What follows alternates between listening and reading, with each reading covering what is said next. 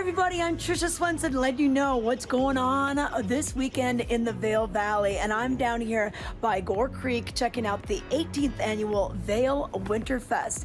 It is a group of ice sculptures, and this year's theme is night owls. So Alpine Ice has been working for weeks with 25,000 pounds of ice to get these sculptures ready. They'll be on display probably all the way through February, but on Friday, it's the big reveal. So they're still putting the finishing touches on them and all the LED lighting. So during the day, they're fun to check out, but when dusk happens and we start to see the nighttime fall, we're gonna have some really cool lights that are gonna be illuminating this whole area down by Gore Creek. So on Friday, come down here between 4 and 5:30. Mountain Standard and Two Arrows will be providing some warm treats. We'll also have some music by DJ Enrique, and you'll get to hear from the artists from Alpine Ice on how they sculpted all of these beautiful night owl structures, and this is all for art in public places. So we'd love to see you with that on Friday. Now, if you're a night owl, hey, you got plenty of places to do some dancing late into the evening all throughout the Vail Valley this weekend with a few DJs coming to town. So Chasing Rabbits is inviting DJ Ray Mills. He's the DJ for the Minnesota Vikings, the Minnesota Twins.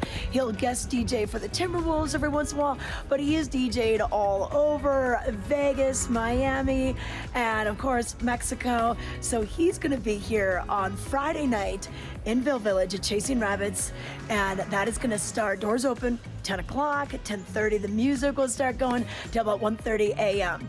And then down valley at Agave, we have Maddie O'Neill, and she's a DJ based out of Denver. She's played at Red Rocks a number of times. She's also played Coachella, Lollapalooza, and she's returning to Agave for a really fun set. This will be on Saturday night. Doors open at 9, music starts at 10, and you can get your tickets at agaveavon.com. But if you're not a night owl, but you still want some DJ action, well, you can find the vibes over at Talent's Restaurant starting in the morning.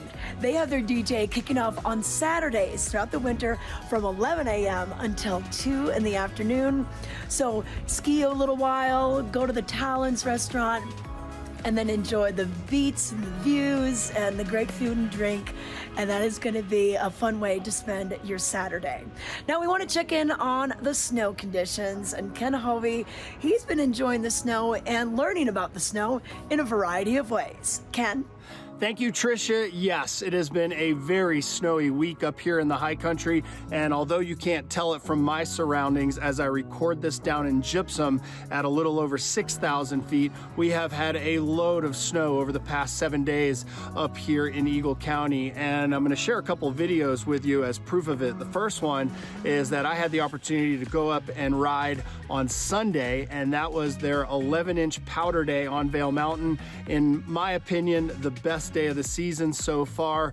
Lots of hooting and hollering, lots of cheering, and a lot of excitement as the snow continued to fall throughout the day even, and definitely a highlight of the season for me so far. So we'll start things off with your weekly snow report for Vail Mountain, where no new snow from Tuesday into Wednesday. However, over the past 7 days, the past week on Vail Mountain, they've had 23 inches of snow. They have 138 for the season and are skiing and riding on a 51-inch settled base. They also have 271 trails that are open. Now we're going to head on over to Beaver Creek, where no new snow in the past 24 hours. However, over the past 7 days, Beaver Creek has picked up an additional 16 inches of accumulation. That brings their season total to 118 inches, and they have a 37-inch settled base. They also have 164 trails that are open at Beaver Creek. Now, another thing I got to do this week that pertains to the snow is to take a motorized avalanche class. Now, this is an avalanche class presented by Mike Duffy and Avalanche One, and this one is pretty specific to snowmobilers, and I encourage anyone that's going into the backcountry to take an avalanche class. It was definitely eye-opening. Did a lot of riding during this. There were 7 of us in the class, and we did a variety of things, from digging snow pits, analyzing the layers. We also had the opportunity to practice our digging in some scenarios, broke out the probe poles, set up lines, It was awesome. It was eye-opening. And again, I encourage everyone to take this. And along with that riding came some fantastic scenery. It was beautiful there and plenty of snow to ride on. It actually snowed during our class. And another thing I wanted to say is I learned a lot about search and rescue and mountain rescue teams. If you have the opportunity to donate to them, do it, because what they do is incredible, and primarily they volunteer their time. So thanks to Avalanche One for the class, and also everybody out there on search and rescue. We certainly appreciate everything you do to keep us safe. We're going to take it back to Tricia Swenson. Perhaps skiing and riding isn't something that you're focused on up here. Well, good for you. We have a lot of shows that take place at the Villar Performing Arts Center, and Tricia has more.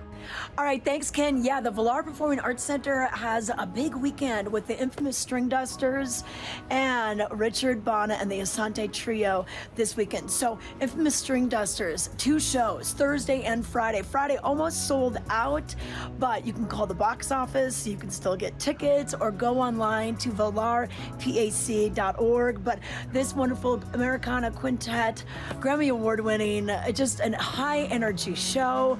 They're going to be playing in the big 530-seat theater. They're even opening up the orchestra pit for a little bit of dancing for the infamous String Dusters. And this will be, once again, on Thursday and Friday, 7 p.m.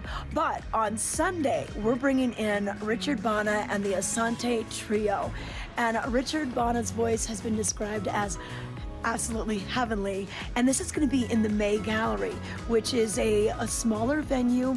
It's just the Patrons Lounge, kind of off to the left when you enter into the Villar Center. So they're gonna have 2 shows, one at 5 and one at 7:30 for this more intimate gathering. But it should be a great fusion of jazz, a little Afro pop, world music.